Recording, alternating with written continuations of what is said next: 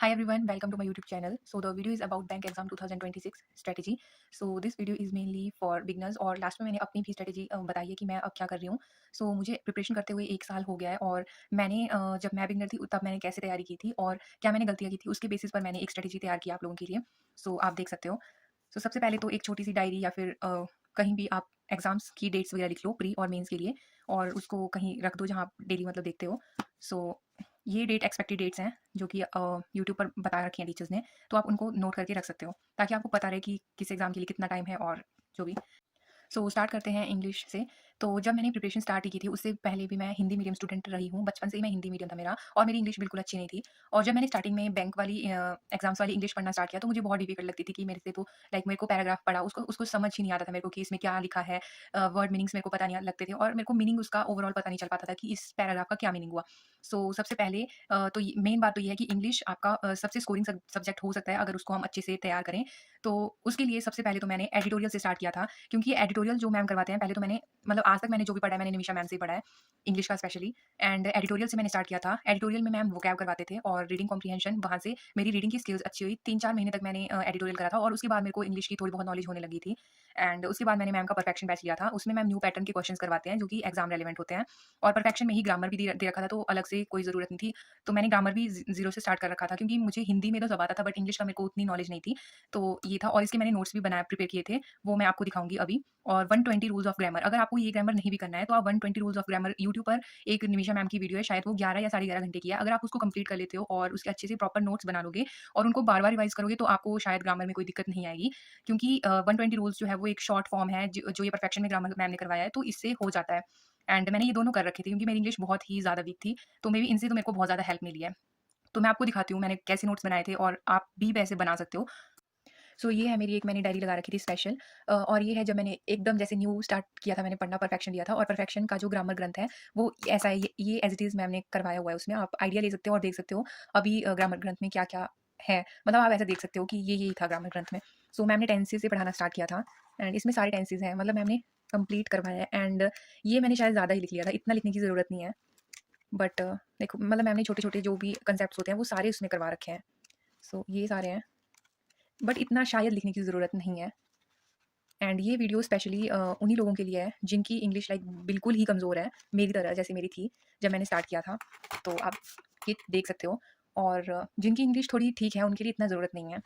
और ये एक डायरी है जिसमें जो मैम एडिटोरियल के वर्ड्स करवाते हैं वो इसमें सारे लिखे हुए थे और एक ऐसी डायरी मैं कंप्लीट कर चुकी हूँ. बट इसकी मेरे को कोई वैल्यू उतनी लगी नहीं. आप देख लो अगर आपको अच्छा लगे, बट ये मेरे हिसाब से मेरे को लगा नहीं अच्छा क्योंकि इसमें मैं लिख तो लेती थी बट इनको मैं कभी रिवाइज़ नहीं करती थी. तो इससे अच्छा है कि आप लाइक रोज़ एडिटोरियल करो और रोज़ पढ़-पढ़ के वो वर्ड्स याद हो जाते हैं. तो ये फिर मैंने तब से छोड़ रखी है. उसके बाद मैंने इसको यूज़ नहीं किया.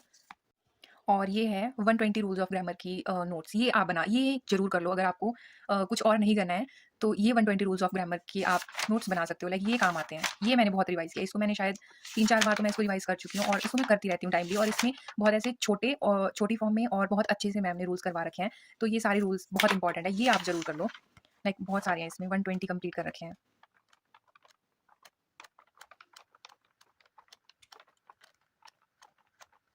और ये अगर आप एक बार कर लोगे तो फिर आपको उसके बाद कोई ऐसी टेंशन वाली बात नहीं रहेगी.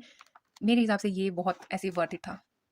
बस ये 2 चीज़ें ही, एक एडिटोरियल और एक परफेक्शन मैं रिकमेंड करूँगी. और साथ में आप सेक्शनल देते रहो साथ में इंग्लिश के, तो इससे थोड़ी इंप्रूवमेंट आती रहेगी और आपको पता लगता रहेगा कि कैसे-कैसे क्वेश्चंस वगैरह आते हैं. सो टॉपिक तो यही आते हैं इंग्लिश में, RC, para jumble, error detection, cloze test and word swap. ये आपको जब टेस्ट वगैरह देते रहोगे तो आपको पता लगता रहेगा. सो नेक्स्ट करते हैं बात क्वांट्स की. क्वांट्स के लिए एक सिंपल सी बात है, बेसिक्स हमारे क्लियर होने चाहिए. सो स्क्वायर 40 तक एंड क्यूब 20 तक. 20 बट मेरे को 15 तक ही याद है क्योंकि बाकी अगर आपको शॉर्ट ट्रिक्स आती होंगी तो आप किसी का भी क्यूब और स्क्वायर इजीली निकाल सकते हो. तो इसमें शायद उतना याद करने की ज़रूरत नहीं होती है और निकल जाते हैं इजीली अगर ट्रिक्स वगैरह आती हों. और परसेंटेज टू फ्रैक्शन याद करना है और टेबल्स याद होने चाहिए. टेबल्स इंपॉर्टेंट है. और अर्थमेटिक के टॉपिक वाइज एक-एक टॉपिक पकड़ना है और उससे क्लियर करते रहना है. और मैंने आशीष अरोड़ा सर से किया था. एंड मैं आपको बताती हूँ जब मैंने स्टार्ट किया था तो मैंने क्वांट्स का कैसे पढ़ा था. सो ये पहले तो अपने फर्स्ट पेज पे वही लिखना होता है ना कि सिलेबस क्या है. प्री का ये सिलेबस था और मेंस का ये वो सब कुछ तो लिखना ही होता है. एंड ये सारी थी बहुत सारी ऐसे शॉर्ट ट्रिक्स, बहुत गंदा लिख रखा है बट शॉर्ट ट्रिक्स थी ये और बहुत सारी लिख रखी थी मैंने. और ये सारी शायद मैंने वायरल मैथ्स चैनल से ही देखी हैं. ये राइटिंग गंदी है, इसको मत देखना है ना. ये सारी शॉर्ट ट्रिक्स लिख रखी हैं. जैसे यहाँ पर क्यूब क्यूब रूट था ये ना, क्यूब रूट के लिए कैसे निकालना है, ये सारी ट्रिक्स हैं. इससे बहुत ईजिली निकल जाते हैं. यहाँ से मैंने लिखा था टेबल्स 20 तक. चलो टेबल्स तो सबको आती हैं, बट क्यूब्स मेरे को थे 40 तक याद, और इससे आगे मैंने ट्रिक्स वगैरह यूज़ करके बनाए हैं। एंड क्यूब्स के लिख तो बहुत रखे हैं, बट मेरे को 15 तक ही आते थे। एंड परसेंटेज टू फ्रैक्शन, ऐसे ही क्लीन टेबल्स बना लो और इसको थोड़ा बहुत देखते रहो तो याद आ जाता है आपको। और उसके बाद ये और कुछ ट्रिक्स वगैरह लिख रखी हैं। स्टार्टिंग में जब आप किसी भी टीचर से पढ़ोगे तो आपको ये सारी चीज़ें वो लिखवाएँगे, और लिख लेनी चाहिए क्योंकि ये काम आती हैं। और बस यही है, राइटिंग मेरी कुछ ऐसी है, ये सारी चीज़ें, बस यही था इसमें, और तो।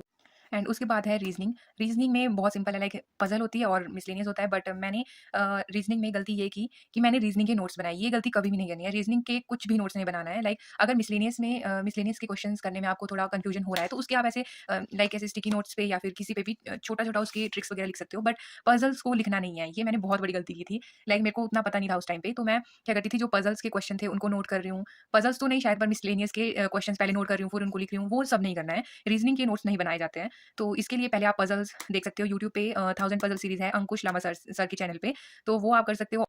सो रीज़निंग के लिए मैंने यही किया था। नेक्स्ट है मेरी क्या स्ट्रैटेजी है, लाइक मेरे को प्री के और सारे बेसिक्स क्लियर हैं, तो फिर भी प्री क्लियर नहीं हो रहे हैं। तो उसके लिए क्या करना है, मेरे को पता है कि मेरे को प्री में स्पीड की बहुत ज़रूरत है। बेसिक्स पूरे क्लियर हैं, बट अगर स्पीड होगी तो अच्छा हो जाएगा। तो इसलिए मैंने 1 वीक में 2 या 3 फुल मॉक लगाने हैं, किसी भी मॉक के। लाइक मतलब कोई भी मॉक, जैसे एसबीआई क्लर्क का हो गया, या फिर कुछ भी प्री के कुछ कोई भी मॉक लगाऊँगी। एंड मेंस के लिए मैं, जैसे मैंने अगर आज मैंने फुल मॉक लगाया तो कल उसका अच्छे से एनालिसिस करना है, क्योंकि एक दिन में ही मैंने अगर मॉक भी लगाना है और उसका एनालिसिस भी करना है, तो वो मेरे लिए बहुत ज़्यादा हो जाता है। तब मैंने सोचा है कि एक दिन मॉक लगाऊँगी और नेक्स्ट डे उसका एनालिसिस करूँगी। एंड परफेक्शन और एडिटोरियल मैं नहीं छोड़ने वाली हूँ, क्योंकि लाइक अगर मैं इसको छोड़ देती हूँ तो मैं फिर से वहीं ज़ीरो पर पहुँच जाती हूँ। एडिटोरियल मैं शायद मैं आरसी वगैरह नहीं पढ़ूँगी, बट जो इसके वोकैब वगैरह होते हैं वो मैं कर लेती हूँ कभी-कभी। सो परफेक्शन की मेंस की क्लासेस मैं करती हूँ, प्री मैं नहीं करती हूँ अब। लाइक मेंस के जो भी क्वेश्चंस होते हैं वो मैं सॉल्व करती हूँ। एंड मेंस की क्लासेस मैं अल्टरनेटिवली करूँगी। जैसे अगर मैंने आज रीजनिंग की कोई क्लास की, तो कल मैं क्वांट्स की क्लास करूँगी, एंड वैसे ही नेक्स्ट डे दोनों का होता रहेगा, लाइक साथ-साथ में। एंड एक जो मेरी कमी है क्वांट्स में, वो है स्पीड मैथ्स। तो उसके लिए मैं रॉन्ग नंबर सीरीज़ और मिसिंग नंबर सीरीज़ के थोड़े-थोड़े क्वेश्चंस डेली प्रैक्टिस किया करूँगी। एंड बस यही है मेरी स्ट्रैटेजी।